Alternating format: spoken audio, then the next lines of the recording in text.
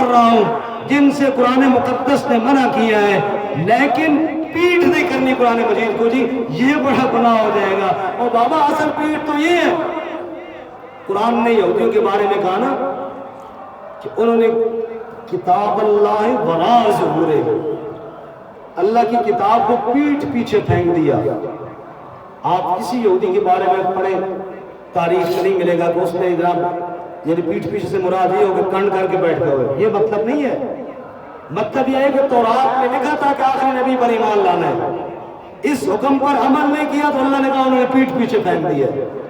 آج قرآن میرے گھر میں ہے، میں عمل نہیں کروں گا تو میں نے بھی قرآن مجید کی طرف پیٹھ، یہ اصل پیٹھ یہ ہے۔ آج ارادہ کرے پیٹھ نہیں کریں گے، یعنی قرآن کے ہر حکم پہ عمل کریں گے انشاءاللہ۔ یہ ہے اصل قرآن مجید کو رخ کرنا۔ اللہ، زندگی کے گزر گئے 70 سال، موت کے بالکل میں دہانے پر آ گیا ہوں، اور ان 70 سالوں میں ایک مرتبہ بھی قرآن کو میں نے نہیں پڑھا۔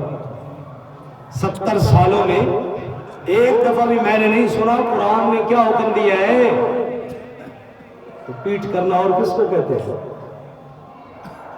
پیٹھ کرنا یہی تو ہے، باقی سارے کام سیکھ لیے، نہیں سیکھا تو کتاب اللہ کو نہیں سیکھا۔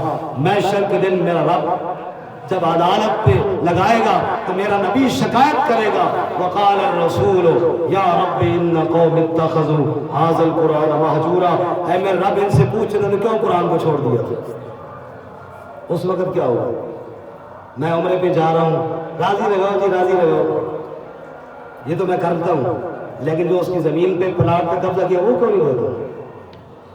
رسول اللہ صلی اللہ علیہ وسلم نے فرمایا من اخذ شبرا من الارض، ایک بالش زمین بھی جس نے ظلمن لی، قیامت کے دن 7 زمینوں کا طوق اس کے گلے میں ڈالا ہوگا، سب کے سامنے ذلیل کیا جائے گا اس کو۔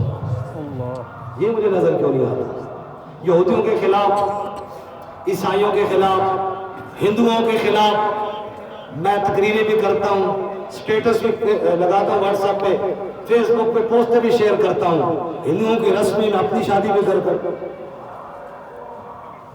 وہ جو کڑے ڈالتے ہیں آج میرے جب گلی محلے میں میرے شاگردوں نے، میرے جوانوں نے، میرے مقتدیوں نے سب نے وہ ڈالے ہوئے، یہ تمہیں کس نے بتایا؟ یہ کیا نبی پاک صلی اللہ علیہ وسلم کی سنت ہے؟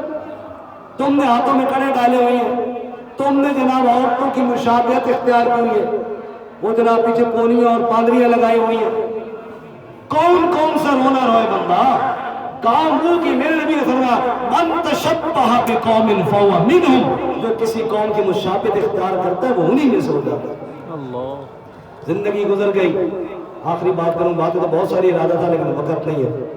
زندگی گزر گئی، کبھی رو کے میں نے رب کے سامنے دعا کی ہے کہ میں رو یا اللہ میرے گناہ بہت ہو گئے مجھے معاف کر دے؟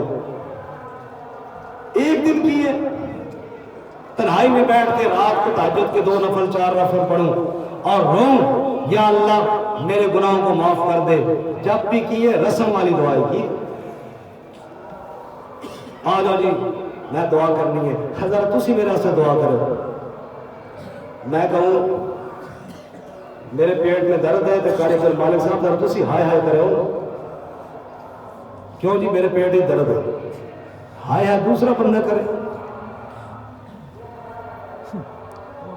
بات بیان تھوڑا کڑوا ہو گیا تو اس کو تھوڑا میٹھا کریں آخر میں۔ ہمارے قاری صاحب میں ادھر ہی بیٹھے ہیں، نام نہیں لیتے ان کا، ایک اور قاری صاحب، ایک بندہ ان کو دعا کے لیے لے گیا ہماری اسی مسجد میں، میں نہیں تھا، وہ آیا تو دعا کے لیے لے گیا۔ اب جن کو پتہ سب ان قاری صاحب کی طرف دیکھ رہے ہیں لیکن میں ادھر بالکل منہ نہیں کر رہا۔ ان کو دعا کے لیے لے گیا اپنے گھر میں اور جا کر کہا قاری صاحب دعا کرو میری پروموشن ہوئی ہے۔ کیوں یہ بولو؟ قاری صاحب سمجھا کہ تو موشن لگے ہوئے ہیں، وہ ساری دعائیں کرے کہ اللہ اس صحت عطا فرما۔ تو ساڑھے ایک ساتھی جڑے آمین کہنے والے انہیں سمجھا کہ لنڈر پاس اس واسطے دعا ہو رہی ہے۔